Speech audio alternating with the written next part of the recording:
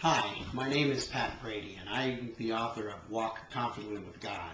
And what I'd like to do is talk about one point made in chapter 7 of the book dealing with you living within your means.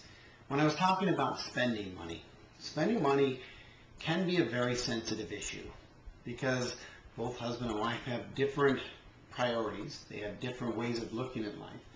A couple examples of when I'm talking about that would be, let's say I decide it's Saturday and I go golfing. Now, in my particular family, we both love to golf, but let's say I go spend the day at the golf course. And in that course of the time, I have my golf and I have lunch with the buddies afterwards. Maybe on the course we've got $5 aside or something. Things that you do at a golf course. We just have an enjoyable day playing golf and in that course spending money. Now, to Leslie or another someone else's wife, that might not be the best use of money. That might be an irritant. You're just wasting that money. But it's a matter of opinion. Or the other way around would be, let's say Leslie comes home and I see when she comes through the door, she's got this bag from Kohl's or Nordstrom's or something like that, and I see there and I see she's got a new blouse and a pair of shoes or whatever, and I'm thinking, why did you get shoes? You have enough shoes. Why did you get another pair of shoes? Because she wanted to. I mean, that's good enough, really. The challenge is recognizing where's the flex and all that. And I believe what happens in that is when you are trying to deal with an issue of my money versus your money versus our money combined. And that can be a complicated issue. When both spouses are working, then there is each one of you can legitimately say, this is my money, I earned it. And so you come up with some kind of method for how you collectively spend it. But if you're serious about getting out of debt and living within your means and not making the money an issue, then that's got to be resolved. I think the frustrating to me even harder when it is a single income household. In our house, it's been me been the prime breadwinner for most of our marriage, and I really do understand the challenge that Leslie would feel. From her perspective, no matter what I spent my money on, there wasn't this added angst of, ooh, I'm wondering what, because it's my money. And I had to finally admit to her that, inside, I really do think that way. I mean, I wish I could say otherwise, but, I made the money. Even though all the money goes for the family, I've never really worried too much. I've thought about, is this a wise use of money? But still, when Leslie has had to struggle with the issue of even getting, she wants to get something for the grandchildren, or, she's buying lunch for one of the kids, or whatever, there's this small voice inside her saying, but it's not really my money. And that's not the way to live. So here's how we solve the problem, because it wasn't an easy conversation. It's one, especially in our leaner times, was a tough conversation.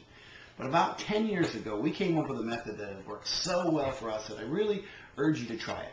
And that's what we did. We finally had a conversation saying, what are the kinds of things we spend money on that should not come out of my spending money? And it was the simple things, like if I have to run to the grocery store and get 5 or 6 items that it's going to run $30, $40, that shouldn't come out of my money.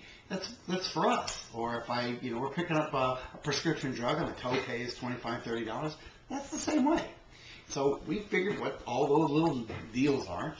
And then finally also agreed on what was spending on, just stuff for us to spend money on. And then we fixed an amount of money that we would use every week. You can call it your weekly spending money, you can call it your allowance, whatever you want to call it.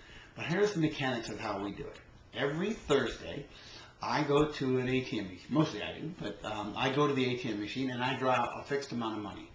And with that money, we split it evenly between the two of us. And that amount of cash that each one of us has is our money individually. So that's my money, not Leslie's. And I can do anything with it, she can do anything with hers, and the deal is neither one of us can question it. It's none of our business how the other one spent that money, because it's their money. And so there are the times when, like over the weekend, Leslie and I went to the movies. We enjoy doing that. So we went to the movies, And when we do that, we went to movies, we got, stuff at the snack bar, and we got something afterwards. That, we go Dutch. Or we at least, Leslie doesn't like to carry around cash, so as we're getting out of the car at the movie theater, I asked her, I said, give me $20, that'll cover at least some of the expenses. And that's how we dealt with the evening. No questions, no hassles, no fuss. It has worked so well. So now, the last question comes in is, how do we manage it week to week?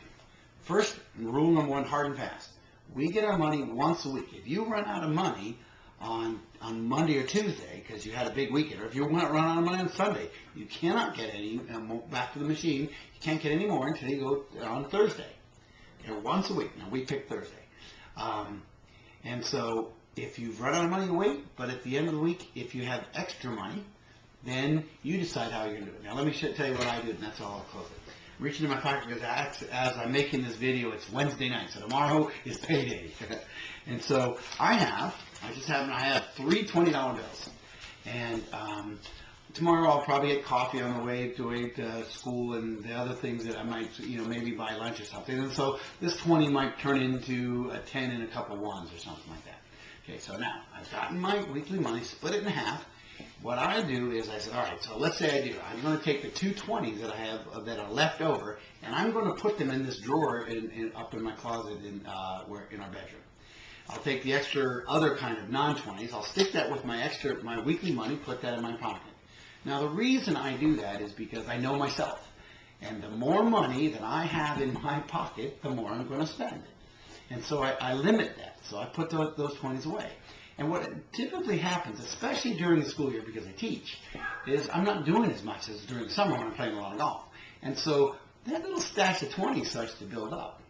And why I do that is so if it comes to Monday or Tuesday and I'm out of cash, there's no big deal. I just go up to my drawer, grab a couple 20s out of my little pile, and I'm good until Thursday. Christmas is coming up shortly, and as that, I've got my extra Christmas money coming build up. So do with it, have fun with it, play with it any way you want, but I really recommend you try it because it's worked well for us.